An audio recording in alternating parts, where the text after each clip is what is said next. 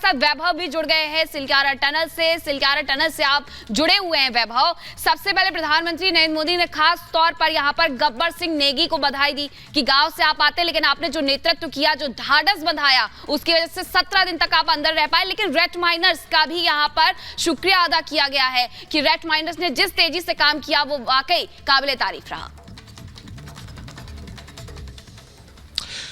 बिल्कुल मीनाक्षी, 17 दिनों चले इस संघर्ष की जीत की कई कड़ियां हैं। कई ऐसी कड़ियां हैं जो पर्दे के पीछे रही और कुछ कड़ियां ऐसी थी जो फ्रंट फुट पर खेल रही थी, और जिसका नतीजा ये था कि ये 17 दिन चले संघर्ष में जीत हुई और सभी 41 श्रमिक सकुशल हैं। लेकिन एक तस्वीर हम अपने दर्शकों को एक बार फिर से दिखाना चाहेंगे। इस टनल के ठीक बगल में मौजूद वो बाबा बौखनाथ का मंदिर जिसकी स्थापना की गई थी इस रेस्क्यू ऑपरेशन के दौरान।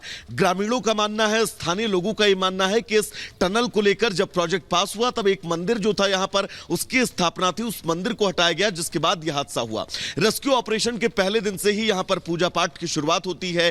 खुद वीके सिंह यहां पर आते हैं, वो ये कहते हैं कि यहां पर एक भव्य और दिव्य मंदिर की स्थापना की जाएगी बाबा बौखनाथ की। लगातार प्रार्थनाएं होती हैं हर दिन। एक तरफ जहां बड़ी बड़ी मशीनें इस टनल के अंदर जिंदगी को बचाने की जंग लड़ रही थी, तो बाहर लगातार पूजा पाठ, यज्ञ और हवन किया जा रहा था। यानी कि आस्था और विज्ञान दोनों का यह संगम 17 दिन तक लगातार चला, और जिसका नतीजा यह निकला कि हमारे सभी श्रमिक जो हैं वो सकुशल बाहर निकले हैं। एक बार इस टनल साइट की आपको पूरी तस्वीर दिखाएंगे, क्योंकि रेस्क्यू ऑपरेशन खत्म हो चुका है। जिंदगी की जंग पूरा देश और वो 41 श्रमिक जीत चुके हैं, लेकिन अब यहां पर एसडीआरएफ एनडीआरएफ की जो टीम है वो अपना साजो सामान जो है वो बटोर रही है, और अब यहां से बहुत जल्द यहां से एसडीआरएफ और एनडीआरएफ की टीम जो है वो जाने वाली है। लेकिन एक बार पहाड़ी के ऊपर हम देखें तो वो जो मशीनें वर्टिकल ड्रिलिंग के लिए ऊपर भेजी गई थी वो भी बहुत जल्दी अब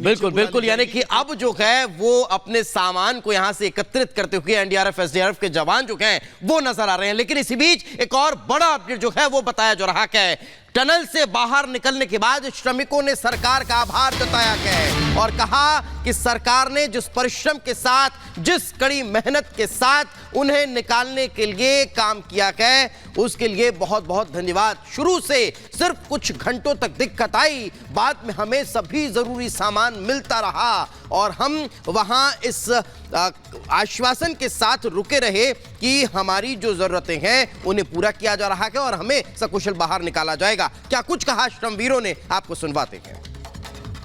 दिल में और दिमाग में हम लोग को कुछ नहीं, जैसे जब ऊपर से गिरा तो हम लोग को थोड़ा महसूस हुआ कि अब निकलने का प्रयास तो हम लोग का तो बंद हो गया, लेकिन धीरे धीरे हमारी नवजुगा इंजीनियरिंग लिमिटेड कंपनी जो है सो हमारी प्रयास में लगे रहे। हर जगह से व्यवस्था की गई, ऑक्सीजन की व्यवस्था, खाना पीने की व्यवस्था, और बाहर से मशीन जो आई, बाहर से मंगाए गए, देश से विदेश से अपना मशीन मंगाए गए, इंडिया से भी मशीन कुछ आए, ऑस्ट्रेलिया से भी कुछ आए, और इंडिया IDRF वाले आए, SDRF वाले आए।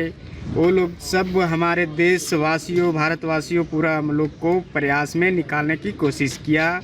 और मुख्यमंत्री हमारा उत्तराखंड का जो है वो हमारे प्रयास में लगे रहे हम लोग को निकालने के लिए, और हमारे झारखंड के भी चीफ मिनिस्टर भी आए और इधर प्रधानमंत्री, सब हर व्यवस्था की गई।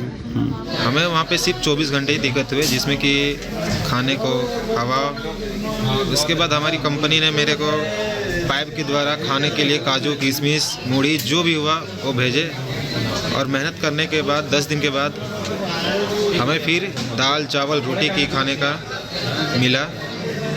मुझे तो कंपनी से कोई दिक्कत नहीं है, मेरे को वहाँ पे कुछ इतना खास दिक्कत तो नहीं हुई।